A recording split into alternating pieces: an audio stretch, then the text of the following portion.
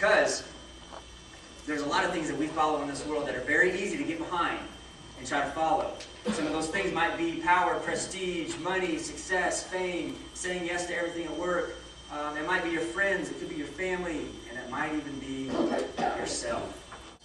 And all of a sudden, Jesus was taking on the wheel, and he was driving, but we have a tendency to sometimes say, Jesus, let's go this way. This is where I want to go in my life. This is what I want to do.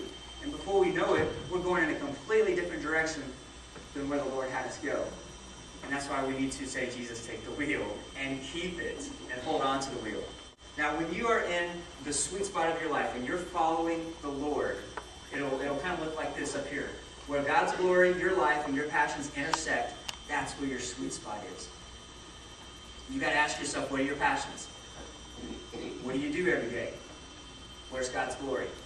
When those three converge, that's when you're hitting the sweet spot of your life. That's when you're following in the draft with God. So it is what you do, where you do it, and who you do it for. That's your sweet spot. That's what it means to be following God. And when you're not following God, and you kind of get in your own draft, sometimes the car doesn't work real well. It becomes what our next term is in NASCAR terminology, and that's the word balance.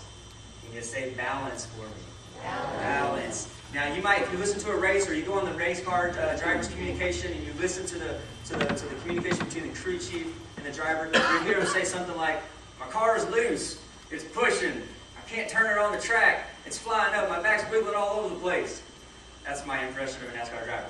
And, not a very good one. But what they're saying is that their car is not working for them right now, because they need to set their car up so that it's balanced right. When a car is balanced right, it rides good, it rides effective, and it can go around the track at a faster speed. Now, here's the interesting thing about race cars. Every track is different, and every race car needs to be set up differently. And that's one of the challenges throughout the race, is how the track changes and the temperatures and how the races, how the other car drivers are going. The car needs to be adjusted throughout the race.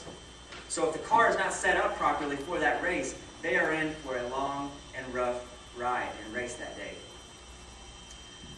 If you're not set up for the right race, it's going to be a tough ride. Now, if you have a balloon with you right now, go ahead and pull it out and blow it up. 5 seconds, blow it up. Go ahead, go. You can make one up if you'd like to have a balloon. Go ahead and act like you have a balloon. Some of your heads might be like, feel like a balloon right now. Okay, when I count down to 3, I want you to let it go. 3, 2, 1, go. Let it rip. Oh, nice. Good distance there. We wake up in the day and we eat our breakfast, honeycomb cereal. We put our clothes on, we do our devotions, we read the Word, we prepare to go to work or wherever we're going to school, and we go out the door, and then we let the balloon go. It's all over the place. There's no control. We don't even know where we're going to land by the end of the day. Because we sometimes leave the house not ready, not set up. We're unbalanced. Some of us are already defeated before we even leave the house. We're off kilter. We have a bad attitude. We're not ready. We're not balanced for the race of that day. Every day is a different day. Every day is a different track. And that's why it is so important and vital for us that when we wake up in the morning, how are you preparing yourself? How are you asking God to set you up for that day and the race that's ahead of you? So you have to renew your mind. Now, this isn't a self-help sermon for you to, if you think good things are going to happen, okay? We can't renew our minds on our own strength. We need help from above. We need God to help us to renew our minds, to transform our minds, so that when He does balance us and He does set us up for each day, He'll give us the strength and the power within our heart and our mind to say, we can make it through this day. We can face this impossibility. So we do need help from on high, which brings me to my next NASCAR terminology word. And that word is spotter. A spotter is a guy that he doesn't really like to move much anymore. He kind of just likes to stay put. He probably was a tire changer or a mechanic, and he just said, I just want to find a job where I can just sit. So they put him high atop of the racetrack, and he looks down and he watches the race from up on high. But he has a radio, And in this radio communication set, he is able to talk with the driver. And he's basically another set of ears. Because the drivers are so strapped in nowadays that they can't turn their shoulders, they really can't turn their head. All they have is a rear view mirror.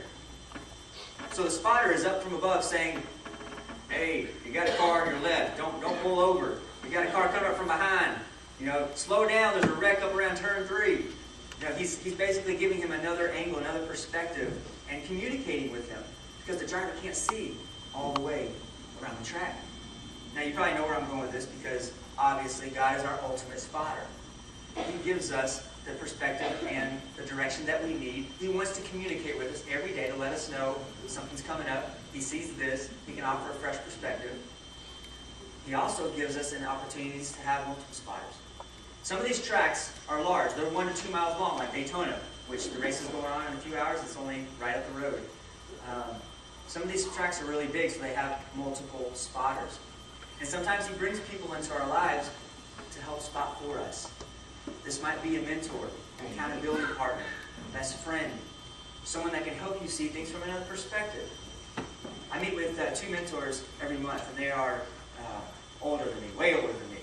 But I appreciate their wisdom, and I look forward to communicating with them because I love to throw some ideas off to them. I love to bounce things back to hear what they say, to hear what their opinion is. And they never tell me what to do. They always ask really good questions to help me to think about maybe looking at it from this direction or this direction. And I come away so encouraged when talking from these mentors because they've helped me to see things from a whole new perspective. And I feel like my vision, when I leave from there, is like 50% broader now because of these guys, these spotters that are in my life.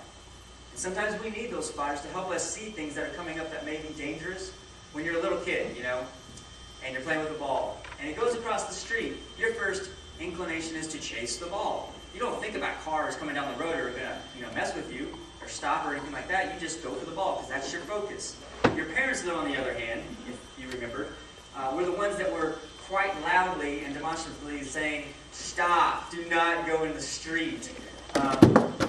Watch out for the car that's coming. Fortunately, we listen to our parents most of the time, right?